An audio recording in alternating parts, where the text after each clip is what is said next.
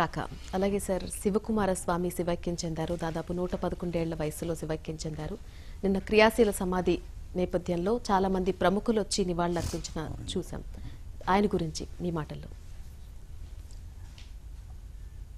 ఆయన చనిపోయే ముందు కొన్నాళ్ల క్రితమే అనారోగ్యం, ఆయనకి కాలేయ మార్పిడి జరిగిన తర్వాత ఆయన ఒక లేఖ రాసి తన శిష్యులందరికీ ఒక ఆదేశం ఇచ్చారు.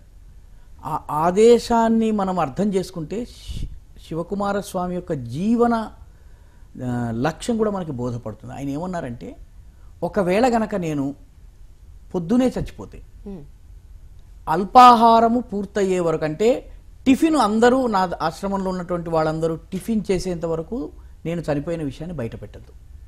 నేను గనక మధ్యాహ్నం చనిపోతే మధ్యాహ్న భోజనము పూర్తయ్యేంత వరకు ఎవరికి చెప్పొద్దు, ఆ తర్వాత ప్రకటించండి నేను చనిపోయినట్టు. అదే గనక నేను సాయంత్రం చనిపోయినట్టయితే రాత్రి భోజనం పూర్తయిన తర్వాత కానీ ప్రజలకు నేను చనిపోయిన విషయాన్ని చెప్పొద్దు.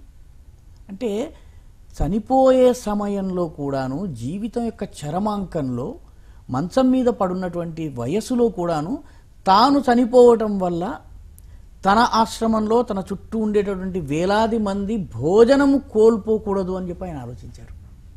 గొప్ప విషయం అది. అంటే ఆ క్షణంలో కూడా, జీవితపు చరమాంకంలో, చిట్ట చివరి క్షణాల్లో కూడా సమాజం గురించి ఆలోచించగలగడం, ప్రజల గురించి ఆలోచించగలగడం, ఇది మామూలు వ్యక్తి చేయలేడు. మామూలు వ్యక్తి అయ్యో నొప్పి అమ్మో నొప్పి అని ఏడుస్తూ ఉంటాడు.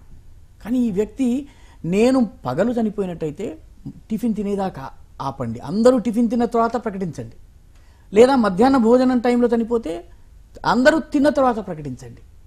ఎంత ఉన్నతమైనటువంటి వ్యక్తిత్వం అనేది శివకుమార స్వామి, సిద్ధగంగ మఠాధిపతి. ఆయన నిన్న క్రియా సమాధి జరిగింది. ఆయన గొప్పతనం తెలుసుకోండి. ఒక్క చిన్న విషయం తెలుసు, ఆయన మొత్తము 111 ఏళ్ల జీవితం యొక్క సారాంశము ఈ చిట్ట చివరి ఆదేశంలో మనం ఆయనని గమనించి తెలుసుకోవచ్చును. అటువంటి మహావ్యక్తులు నడయాడినటువంటి నేల ఇది.